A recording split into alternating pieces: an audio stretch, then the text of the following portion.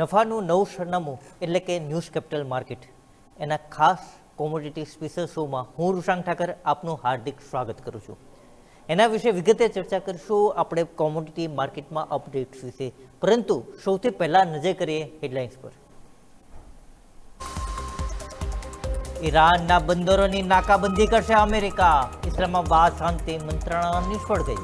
એનાથી Iran America વચ્ચે તણાવ વધ્યો. આજે સાંજથી ઈરાનના બંદરોની નાકાબંધી શરૂ થઈ જશે. ઈરાને કહ્યું કે હોર્મુઝ પર ફક્ત ઈરાનનો અધિકાર, પસાર થનારા જહાજોએ ચૂકવવું પડશે ટોલ.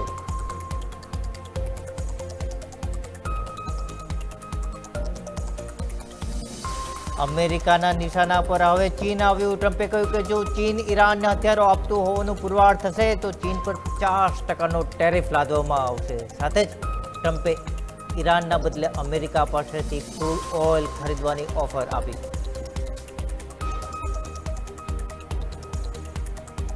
બ્રેન્ટ ક્રૂડના ભાવ $102 પાર. સ્ટેટ ઓફ હોર્મુઝમાં અમેરિકાની બ્લોકેજની ધમકીથી ક્રૂડના ભાવમાં ઉછાળો આવ્યો. 60%થી વધુ ઉછાળો.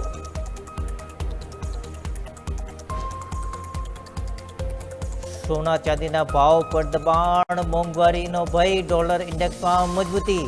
એના લીધે ગોલ્ડમાં 0.72%નો ઘટાડો, જ્યારે સિલ્વરમાં 2.06%નો ઘટાડો જોવા મળ્યો.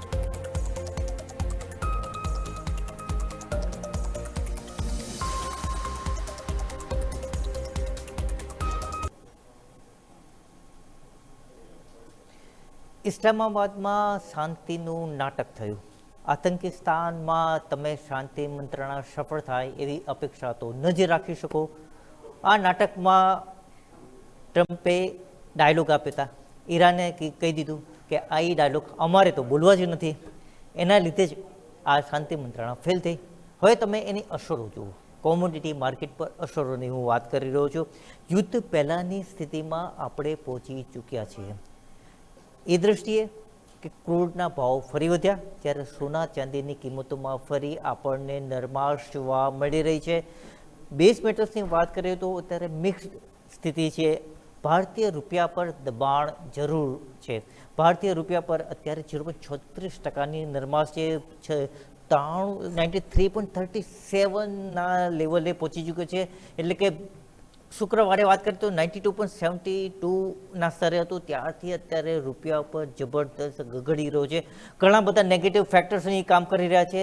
શાંતિ મંત્રણા ફેલ થઈ એટલે ક્રૂડની કિંમતો વધી ગઈ, એના લીધે પ્રેશર આવ્યું. ડોલર મજબૂત થયો, એના લીધે પ્રેશર આવ્યું. ત્રીજું મહત્વનું ફેક્ટર ડોમેસ્ટિક છે કે આરબીઆઈએ બેંકોના ઓનશોર ફોરેક્સ પોઝિશન પર કેપ લગાવી હતી. હવે એ ડેડલાઇન છે એટલે શુક્રવારે પૂરી થઈ ગઈ છે. આ ડેડલાઇન કેપ લગાવી હતી, એના લીધે બેંકોએ ડોલર વેચીને રૂપિયાને સપોર્ટ આપ્યો. તો હવે એ કેપની જે ડેડલાઇન હતી એ શુક્રવારે પૂરી થઈ ગઈ છે. એટલે એના લીધે જે સપોર્ટ મળતો હતો રૂપિયાને એ મળતો પણ બંધ થઈ જશે. ત્રીજું મહત્વનું ફેક્ટર એ છે કે વિદેશી રોકાણકારો દ્વારા વેચવાલી થઈ રહી છે. તો આ તમામ નેગેટિવ ફેક્ટર્સની અસર થઈ રહી છે ભારતીય રૂપિયા પર, એટલે અત્યારે રૂપિયો ગગડી રહ્યો છે. તો આજ વિશે ચર્ચા કરવા માટે આપણી સાથે જોડાય છે કોમોડિટી એક્સપર્ટ જીગરભાઈ ત્રિવેદી. જીગરભાઈ, આપનું હાર્દિક સ્વાગત છે. Thank you. જીગરભાઈ, સૌથી પહેલાં ભારતીય રૂપિયા પર વાત કરીએ તો ઘણા બધા નેગેટિવ ફેક્ટર્સ કામ કરી રહ્યા છે અને એ લીધે બિલકુલ દબાણ અનુભવી રહ્યો છે. તો કયા લેવલે તમે જોઈ રહ્યા છો? સૌપ્રથમ તો મને લાગે છે જે ડોલર ઇન્ડેક્સ અહીંયા 100ની પાસે આવી ગયું છે એ એક પ્રેશર આપી રહ્યું છે રૂપીને. આરબીઆઈ તરફથી જે સ્ટેપ્સ લેવામાં આવ્યા હતા ગયા વીકમાં એ હવે મને લાગે છે કે થોડું એની અસર ઓછી થઈ રહી છે. મોસ્ટ ઇમ્પોર્ટન્ટલી ઇન્ફ્લેશન નંબર્સ જે most importantly crude oil WTI ના જે પ્રાઇસીસ જે છે એ હવે 104ની આસપાસ છે. અને જે પણ આ ડેવલપમેન્ટ થયું છે, સો આ ડેવલપમેન્ટની સાથે વીકેન્ડનું જે પણ જીઓપોલિટિકલ જે નિગોસિએશન્સ જે છે એ ફેલ રહ્યા છે. સો આઈ થિંક ઇન્ફ્લેશન કન્સર્ન પાછું હવે હોટ ટોપિક બની જશે. આગળ જઈને હવે બીજા એ લોકો નિગોસિએશન્સ માટે ક્યાં બેસવાનો છે કે નહીં એના ઉપર બી ક્વેશ્ચન્સ છે. સ્ટેટ ઓફ હોર્મુઝ માટે થઈને ડોનાલ્ડ ટ્રમ્પ તરફથી સ્ટેટમેન્ટ્સ આવી રહ્યા છે કે અમે જે બંધ કરી દઈશું અને જેને બી ઓઇલ જોઈતું હોય મારી પાસેથી ઓઇલ લે. સાઉદી અરેબિયા હોય કે રશિયા હોય, ઇક્વલી કે એનાથી પણ વધારે અમારી પાસે ઓઇલ છે, સો અમારી પાસે ઓઇલ લેવામાં આવે. સો સ્ટેટ ઓફ હોર્મુઝને આપણે લેટ્સ ઇગ્નોર ધેટ. આ બધી જ વસ્તુઓની વચ્ચે હવે inflation concern, higher energy cost, આ એક ટોપિક ફરીથી એક હોટ ટોપિક બની ગયો છે. માર્કેટની નજર એના ઉપર રહેશે કે ઓઇલના પ્રાઇસીસ અહીંયા 110 120 પાછા ના થઈ જાય. So that will be a pressure. એ એક પ્રેશર છે. ડોલર ઇન્ડેક્સનો એક ફ્લો, ઇન્ડિયામાંથી એફઆઈઆઈ નો આઉટફ્લો પણ છે.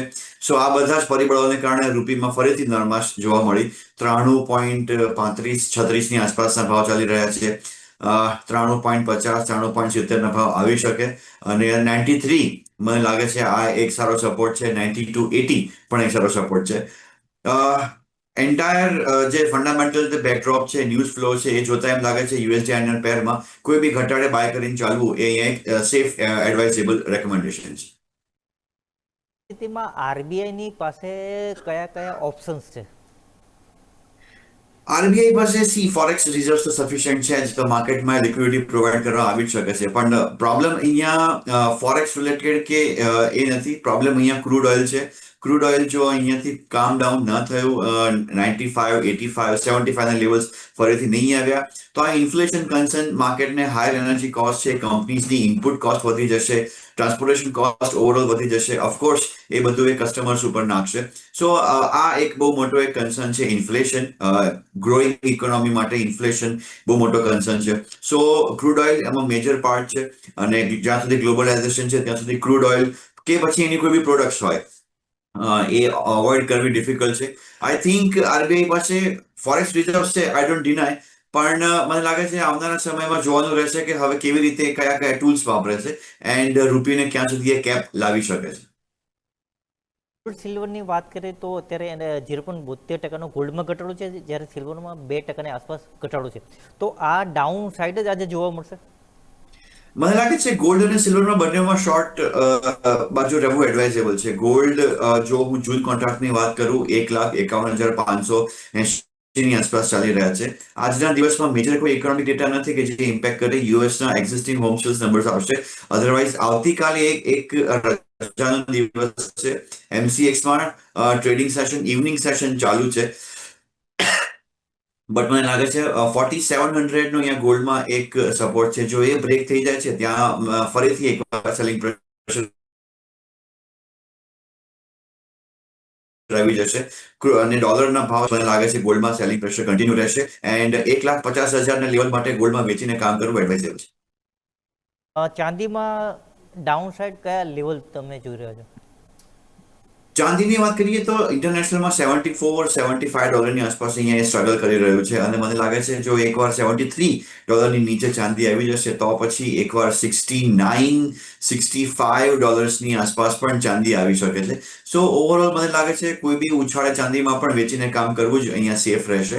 એન્ડ ચાંદી જો હું મેગાની વાત કરું, મે કોન્ટ્રાક્ટ 2,37,700 ની આસપાસ ચાલી રહી છે. 2,40,000 આસપાસના સ્ટોપલોસ સાથે અહીંયા કામ કરી શકાય. રેઝિસ્ટન્સ બી છે ત્યાં. એન્ડ 2,30 ને 2,25 ના લેવલ્સ પણ આપણને 15 દિવસમાં જોવા મળી શકે છે. સો હવે યુએસ તરફથી ઇન્ફ્લેશન ઘટાડવાની પોસિબિલિટી ઘણી ઓછી થઈ ગઈ છે. એન્ડ સ્ટેટસ ક્વો કે ઇન્ફ્લેશન કે પછી ઇન્ટરેસ્ટ રેટ્સ વધારી શકે એની પણ પોસિબિલિટીઝ છે. ક્રૂડની મુવમેન્ટ જોવાની રહેશે. જો એ સ્ટેબલ થઈ જશે 115-120 પાસે, that is going to be alarming. Gold silver બંનેમાં સેલિંગ પ્રેશર વ્યવસ્થિત આવશે. તો માત્ર અમેરિકા નહીં, બીજા દેશો પણ કદાચ ઇન્ટરેસ્ટ રેટ વધારી શકે. અને જો એ વધારે, બીજા ઘણા બધા દેશો અમેરિકાને પગલે ઇન્ટરેસ્ટ રેટ વધારે, કેમ કે ઓવરઓલ એવી સ્થિતિ જોવા મળી રહી છે, તો એની કેવી અસર થશે? સો ઓલરેડી ઈસીબી અને બેંક ઓફ ઇંગ્લેન્ડ તરફથી એ હિન્ટ આવી ગઈ છે કે કદાચ આગળ જતા ઇન્ટરેસ્ટ રેટ્સને વધારી પણ શકે છે. કારણ કે ક્રૂડના પ્રાઇસીસ ને કારણે, એનર્જી કોસ્ટ ને કારણે થઈને ટ્રાન્સપોર્ટેશન કોસ્ટ, મેં જેમ કીધું એમ કંપનીઝની ઇનપુટ કોસ્ટ વધી જશે. સો ઓફકોર્સ યુરોઝોનમાંથી આ સિગ્નલ્સ આવી ગયા છે કે કદાચ ત્યાં ઇન્ટરેસ્ટ રેટ્સ વધારી પણ શકે છે. જો આ વસ્તુમાં ડીએસ્કેલેશન ના થયું તો, ક્રૂડના પ્રાઇસીસ 90 ની આસપાસ જો સેટલ ના થયા તો.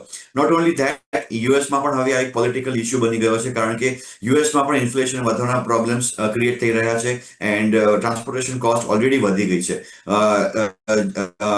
સો આઈ થિંક મને લાગે છે આ એન્ટાયર પિક્ચરને જોતા મને લાગે છે એકવાર અહીંયા સેલિંગ પ્રેશર બનશે ગોલ્ડ એન્ડ સિલ્વર બંનેમાં.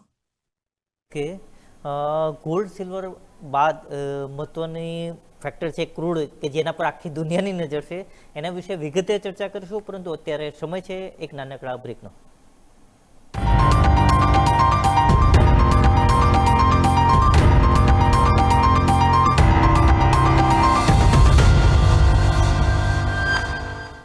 બ્રેક બાદ આપનું સ્વાગત છે. અત્યારે ક્રૂડ ઓઇલના ભાવમાં જબરદસ્ત ઉછાળો આવ્યો છે. M6 પર 6.92% ઉછાળો છે. બીજી તરફ બ્રેન્ટના ભાવ $102 ઉપર સ્થિર થઈ ગયા છે. સ્વાભાવિક રીતે ઇસ્લામાબાદમાં શાંતિ મંત્રણા નિષ્ફળ ગઈ પછી એવી અપેક્ષા હતી કે બ્રેન્ટ ક્રૂડના ભાવ વધી જાય, ને બિલકુલ એ જ રીતે થયું છે. કે ક્રૂડ ઓઇલને સપ્લાય કરતા મહત્વના રૂટ છે હોર્મુઝ, એ બ્લોક છે અત્યારે. ને હવે અમેરિકાએ ધમકી આપી છે કે અમે ઈરાનનું ક્રૂડ ઓઇલ જવા નહીં દઈએ માર્કેટમાં. તો એ બધાની અસર બિલકુલ પડી છે ક્રૂડ ઓઇલની કિંમતો પર. તો આવી સ્થિતિમાં જીગરભાઈ, કયું લેવલ તમે જોઈ રહ્યા છો? M6 પર 10,000 પાર થઈ શકે છે? MCX ઉપર 10,000 નહીં, NG પર 11,000 પણ મને તો લાગી રહ્યું છે. આ એક બહુ જ મોટી પોલિટિકલ ગેમ છે. જ્યારે દુનિયાની બીજી બધી ડેવલપિંગ કે એડવાન્સ કન્ટ્રીઝ જો એ પ્લાન કરી શકતી હોય કે ડી-ડોલરાઇઝેશન તરફ આપણે આગળ વધીએ, દુનિયામાં બધા જ ટ્રેડ્સ આપણે આપણી લોકલ કરન્સીમાં કે બીજી કરન્સીમાં કરીએ, ડોલરનું પ્રભુત્વ ઘટાડીએ, એની સામે યુએસ ચૂપ બેસે એ તો અશક્ય છે. પોસિબલ છે કે સ્ટ્રેટ ઓફ હોર્મુઝને આ જે એ લોકોએ અટેક કરી છે, ટાર્ગેટ કર્યા છે યુએસને, ઓકે ફાઇન. પહેલી નજરે તો એમ લાગે કે ઈરાન અને ઇઝરાયલ વચ્ચે યુદ્ધ હતું, યુએસએ ઇઝરાયલને સપોર્ટ આપ્યો અને સ્ટ્રેટ ઓફ હોર્મુઝની આજુબાજુમાં કન્સર્ન્સ ક્રિએટ થયા. હવે યુએસ સામેથી કહે છે કે સ્ટ્રેટ ઓફ હોર્મુઝને અમે જ લોક કરી દઈશું, અમારી પાસેથી જ ઓઇલ લેવામાં આવે. સાઉદી પાસે હોય કે પછી રશિયા પાસે હોય, અમારી પાસે ઇક્વલ અમાઉન્ટમાં ક્વોન્ટિટીમાં ઓઇલ છે. સો અગેન દુનિયાની બીજી બધી કન્ટ્રીઝ યુએસ તરફ જશે ઓઇલ લેવા માટે, તો ડોલરની કિંમત તો વધવાની છે. અહીંયા ઉલટાનું ડોલર માર્કેટમાં એનો ફ્લો વધવાનો છે. સો આ પણ એક ગેમ હોઈ શકે છે ટ્રમ્પ તરફથી, પણ આમાં એક રિસ્ક છે. આ ગેમને સપોર્ટ કરવા માટે થઈને ક્રૂડના પ્રાઇસીસ 100, 110, 120 ની આસપાસ જો સ્ટેબલ પણ થઈ ગયા તો ઇન્ફ્લેશન યુએસમાં પણ વધશે અને બહાર પણ વધશે. તો યુએસમાં જો ઇન્ફ્લેશન વધશે તો પછી ઓફકોર્સ ફેડ માટે ઇન્ટરેસ્ટ રેટ કટ કરવું થોડું ચેલેન્જિંગ થઈ જશે, ગોલ્ડ સિલ્વરના પ્રાઇસીસ નીચે આવી જશે. સો આ આખી એક વિશિયસ સર્કલ છે. હવે જોવામાં આવશે કે આ વસ્તુ ક્યાં સુધી આગળ વધે છે. જ્યાં સુધી આ જીઓપોલિટિકલ રિસ્કની વસ્તુ છે, આ એવી કોઈ મેટર નથી કે જે તમે વોરના ફ્રન્ટ ઉપર આમાં સોલ્યુશન આવે. નિગોસિએશન્સના ટેબલ ઉપર આવવું જ પડશે. ક્યારે આવીએ, કોની સામે આવીએ, કઈ કન્ટ્રીમાં બેસીને આવીએ, વચ્ચેના નિગોશિએટર્સ કોણ છે, આ બધી જ વસ્તુઓ ઉપર માર્કેટનું ધ્યાન રહેશે. કારણ કે આ બહુ ડેલિકેટ મેટર છે હવે, કારણ કે આ બંનેના સેલ્ફ રિસ્પેક્ટનો સવાલ છે બંને સાઈડના. સો આઈ ડાઉટ કે પ્રાઇસીસમાં અહીંયા કોઈ કુલડાઉન આવે. ઓફકોર્સ જો કોઈ સ્ટેટમેન્ટ્સ આવી જશે સોશિયલ મીડિયામાં કે પછી ફાઇનાન્શિયલ સોફ્ટવેર્સ ઉપર ક્યાંય બી, તો પછી પ્રાઇસીસમાં બહુ શાર્પ રિએક્શન્સ આવશે બંને સાઈડના. તો અહીંયા પોસિબલ છે કે $90 એક સપોર્ટ છે WTI-માં, 110 ની ઉપર $120 પણ અહીંયા એક રેઝિસ્ટન્સ છે પર બેરલ. અને મને લાગે છે આ બહુ જ વોલેટાઇલ કોમોડિટી છે. પ્યોરલી સ્ટ્રિક્ટ સ્ટોપ લોસ સાથે ઇન્ટ્રાડે કામ કરવું જ એડવાઇઝેબલ છે. આજની જો વાત કરીએ તો અંડરટોન બુલિશ છે, will go with the trend. April contract 9,800 ની આસપાસ લોંગ કરી શકાય. એન્ડ મિની કોન્ટ્રાક્ટમાં બી કામ કરવું એડવાઇઝેબલ છે, કારણ કે મેગામાં વોલેટિલિટીને કારણે ઘણું નુકસાન થવાના ચાન્સીસ છે. તો રિસ્ક ટેકિંગ એબિલિટી જેની હોય એ જ કરે. અધરવાઇઝ મિની કોન્ટ્રાક્ટ એપ્રિલમાં બી જઈ શકાય 9,800 ની આસપાસ. 9,700 નો સ્ટોપ લોસ છે, 10,000 માટે લોંગ કરી શકાય. 1 કે 1.5 મહિના માટે મને લાગે છે જો આ વસ્તુમાં જો નરમાશ ના આવી, કામ કુલ ડાઉન નથી થયું, આ જીઓપોલિટિકલ રિસ્ક 11,000 ના ભાવ પણ આવી શકે છે. ના ટાર્ગેટ પર ચીન હોય એવું લાગી રહ્યું છે, કેમ કે ઈરાન પાસેથી 90% ક્રૂડ ઓઇલ ચીન ખરીદે છે. હવે અમેરિકા કહે છે કે અમે બ્લોક કરી દઈશું ઈરાનનું ઓઇલ જવા નહીં દઈએ. તો ચીનને બિલકુલ ટાર્ગેટ કરવામાં આવી રહ્યું એવું લાગે? જી બિલકુલ. ચીન હોય કે રશિયા હોય કે પછી નોર્થ કોરિયા હોય, કંઈ બી હોય, આ દરેકે દરેક કન્ટ્રીઝ બેકએન્ડથી તો ઈરાનને સપોર્ટ કરતી જ હશે. નોટ ઓનલી ડેટ, રશિયા યુક્રેનની જે મેટર છે એમાં પણ બેકએન્ડમાં ક્યાંક ને ક્યાંક કોઈ બીજી કન્ટ્રીઝનો સપોર્ટ પણ છે. સો આ બધી વસ્તુ એક પોલિટિકલ વસ્તુ છે. જો આ વસ્તુ જે છે, જેમ કહેવામાં આવે છે, ક્લેમ કરવામાં આવે છે કે ઈરાનને જો ફાઇનાન્શિયલ સપોર્ટ કે મિલિટરી સપોર્ટ ચીન તરફથી કે રશિયા તરફથી આપવામાં આવશે તો પછી અમે એની તરફ પણ એમની અગેન્સ્ટમાં પણ સ્ટેપ્સ લઈશું, ટેરિફ લગાવી દઈશું. સો આ બધી વસ્તુ, આ અનસર્ટનિટી માર્કેટમાં ચાલ્યા કરશે જ્યાં સુધી આ વસ્તુમાં એક ઠરાવ નહીં આવે, ક્લેરિટી નહીં આવે. સો આઈ થિંક આ બધી વસ્તુઓ પર માર્કેટનું ધ્યાન રાખવું અત્યારે જરૂરી છે. હવે એક થિયરી એવી પણ છે કે ગલ્ફ દેશો પાસેથી જે ક્રૂડ ઓઇલનું આખું માર્કેટ અમેરિકા કબજે કરવા માગે છે. હવે એમાં એ પોતાનું વેનેઝુએલા કબજે કરી લીધું. હવે ઈચ્છે છે કે નોર્થ અમેરિકન કન્ટ્રી પર આખું એશિયા છે ક્રૂડ ઓઇલ માટે ડિપેન્ડ રહે, વેનેઝુએલા અમેરિકા પાસેથી. તો હવે બિલકુલ ટ્રમ્પે એ જ દિશામાં વાત કરી છે. ચીને કીધું છે કે અમારા પાસેથી ક્રૂડ ઓઇલ ખરીદો, ઈરાન પાસેથી નહીં, અમે ઈરાન કરતાં પણ સસ્તું આપીશું. તો બિલકુલ અમેરિકા છે, વેનેઝુએલા છે, એ સપ્લાય કરી શકવા માટે સક્ષમ છે એટલું, કેમ કે ઈરાન 15 થી 20 લાખ બેરલ ઓઇલ સપ્લાય કરે છે રોજ. સો ચાઇના હોય કે ઇન્ડિયા હોય, બીજી કન્ટ્રીઝ હોય, એ દરેક ઓઇલ પ્રોડ્યુસિંગ કન્ટ્રીઝ પાસેથી કંઈક ને કંઈક ઓઇલ પરચેસ કરે જ છે. પછી એ યુએસ હોય, રશિયા હોય, મિડલ ઇસ્ટમાં સાઉદી હોય, ઈરાન, ઇરાક હોય. ટ્રાન્સપોર્ટેશનના પોઈન્ટ ઓફ વ્યૂથી એ જોવાનું રહેશે જે તે કન્ટ્રીએ કે એને શું ઇઝી પડે છે. કારણ કે યુએસ થી ઓઇલ લઈને ચાઇના સુધી જવું એ થોડું ચેલેન્જિંગ છે ટ્રાન્સપોર્ટેશનના પોઈન્ટ ઓફ વ્યૂથી. ટાઈમ કન્ઝ્યુમિંગ પણ છે. હવે યુરોપથી કે મિડલ ઇસ્ટથી જે બી ઓઇલ આવે છે એ એટલું as compare to buying from US એટલું એ ટાઈમ કન્ઝ્યુમિંગ અને ચેલેન્જિંગ નથી, અને એમાં કોસ્ટ પણ ઓછી છે. પણ હા, મેં જેમ પહેલા કીધું કે ડી-ડોલરાઇઝેશન તરફ જો બીજી બધી કન્ટ્રીઝ કોઈ ગેમ રમી શકતી હોય તો યુએસ શાંતિથી બેસે એવાનું નથી. એ પણ કોઈ ગેમ રમી શકે છે કે ડોલરની કિંમત કદી ઘટે નહીં. સો ઓબ્વિયસલી આ હવે પરમ્યુટેશન કોમ્બિનેશનનો સવાલ છે, ક્યાં શું સંભાવના લગાવવી અને કોની પાસે શું ઓઇલ લેવું. અત્યારના સંજોગોમાં એમ લાગે છે કે યુએસને થોડું શાંત કરવા કે ખુશ કરવા માટે ઓઇલ એની પાસે લેવું પડશે. જે કન્ટ્રીઝ બહુ ડેલિકેટ પોઈન્ટ ઉપર છે એ લોકોને ઓલરેડી કીધેલું છે કે એક મહિનાની કે 2 મહિનાની રશિયન ઓઇલની વિન્ડો ઓપન છે. બટ આગળ જતા હવે યુએસ એમ જ ઈચ્છે કે દરેક કન્ટ્રી આ જે ગ્લોબમાં છે એ બધી કન્ટ્રીનું જે ડિપેન્ડન્સી છે ઓઇલ માટે યુએસ તરફ આવે. સો લેટ અસ સી કે આ વસ્તુમાં શું ડેવલપમેન્ટ થાય છે. અમેરિકા માટે આ એક બિલકુલ વિરુદ્ધ બે તરફી સ્થિતિ છે. એક, અમેરિકાનું ક્રૂડ ઓઇલ વેચાય છે, બે એક સ્થિતિ છે, પ્લસ ડોલર મજબૂત થાય, પ્લસ ત્રીજી સ્થિતિ છે કે આના લીધે મોંઘવારી વધી છે. તો બે રીતે ટ્રમ્પ કઈ રીતને જોઈ રહ્યા છે આ વસ્તુ? સો આ એક ડબલ એજ સ્વોર્ડ છે કે આ બાજુ બી પ્રોબ્લેમ છે, આ બાજુ બી પ્રોબ્લેમ છે. ઇન્ફ્લેશન બી ન વધવું જોઈએ, વધશે તો પછી ફેડ ઇન્ટરેસ્ટ રેટ કટ નહીં કરે તો ડોલર વીક થશે, તો ડોલર સ્ટ્રોંગ થશે. ડોલર સ્ટ્રોંગ થશે તો ગોલ્ડ સિલ્વરમાં વીકનેસ આવશે. ડોલર સ્ટ્રોંગ થશે તો ક્રૂડમાં પણ વીકનેસ આવશે. સો આગળ જતા હવે જોઈએ કે ટ્રમ્પને કે યુએસને ગ્લોબલી ઓઇલ ઉપર કંટ્રોલ લેવો છે. ઓઇલ એ એક બ્લેક ગોલ્ડ કહેવામાં આવે છે, અને જેને ઓફકોર્સ વેનેઝુએલા ઉપર તો કંટ્રોલ આવી જ ગયો છે, અને ત્યાંની લોકલ ગવર્મેન્ટને એમણે કંટ્રોલ આપી પણ દીધો છે. એ ગવર્મેન્ટ છે કે જે યુએસનું બધું સાંભળે. સો ડાયરેક્ટલી ઇનડાયરેક્ટલી યુએસનો કંટ્રોલ વેનેઝુએલન ઓઇલ ઉપર છે જ. હવે આઈ થિંક યુએસ માટે આ મેં કીધું એમ ડબલ એજ સ્વોર્ડ છે કે બંને બાજુ બેલેન્સ રાખીને આગળ વધવાનું છે ડોલરની વેલ્યુ રાખવા માટે થઈને. સો આ ડેવલપમેન્ટ ઉપર આવનારા સમયમાં ધ્યાન રાખવું પડશે. આ બધી જે ડેવલપમેન્ટ છે એ કોઈ ફંડામેન્ટલ મેટર નથી કે જે આપણને ચાર્ટ ઉપર કે ફાઇનાન્શિયલ સોફ્ટવેર બ્લુમબર્ગ કે રોયટર્સ ઉપર દેખાઈ જાય. આ જીઓપોલિટિકલ મેટર છે.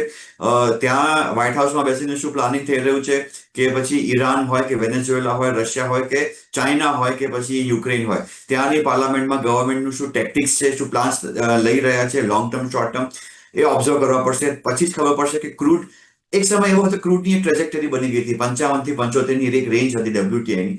શું હવે એ આગળ આવી છે કે 90 થી 120 રહેશે? સો એવું રહેશે તો it's alarming for at least countries like India. એક સમયે જેપી મોર્ગને ગયા વર્ષે એમ પણ કીધું કે ક્રૂડના ભાવ ઓવર સપ્લાયના લીધે $30 સુધી પહોંચી જશે. હવે બિલકુલ એ યુદ્ધના લીધે આખું પરિબળ બદલાઈ ગયું છે.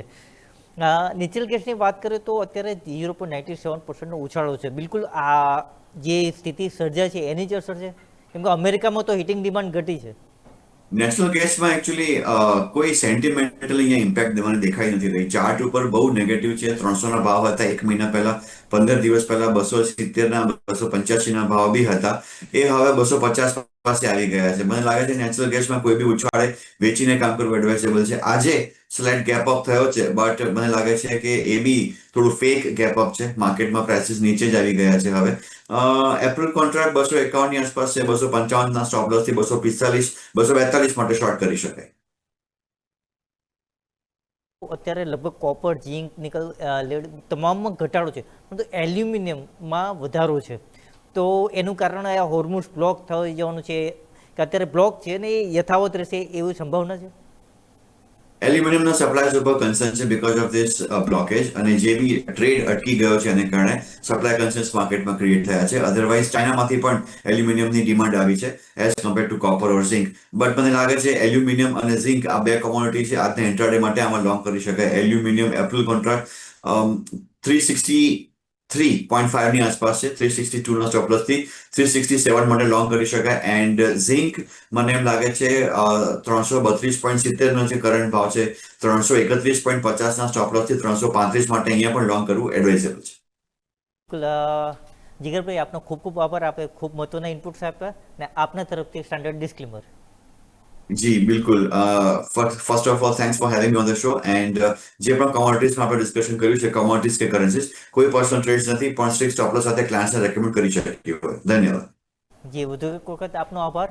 હવે ભાવ પર એક નજર કરીએ તો ગોલ્ડમાં 0.72% ઘટાડો છે, સિલ્વરમાં 2.06% ઘટાડો છે, કોપરમાં પણ અત્યારે અહીં ઘટાડો જોવા મળી રહ્યો છે, અહીં 0.35% ઘટાડો છે, ક્રૂડ ઓઇલમાં 7.21% વધારો છે, નેચરલ ગેસમાં 0.88% વધારો છે, એલ્યુમિનિયમમાં 1.37% વધારો છે, ઝીંકમાં પણ 0.50% વધારો અત્યારે આપણને એમસીએક્સ પર જોવા મળી રહ્યો છે. આ તો થઈ વાત નોન એગ્રી કોમોડિટીઝની. હવે એગ્રી કોમોડિટીઝમાં કેવી સ્થિતિ રહેશે, કેવો માહોલ રહેશે, મૂડ મિજાજ રહેશે, એના વિશે વિગતે ચર્ચા કરવા માટે આપની સાથે જોડાશે હાર્દિક ત્રિવેદી અને ધવલ પટેલ. મને રજા આપશો. નમસ્કાર.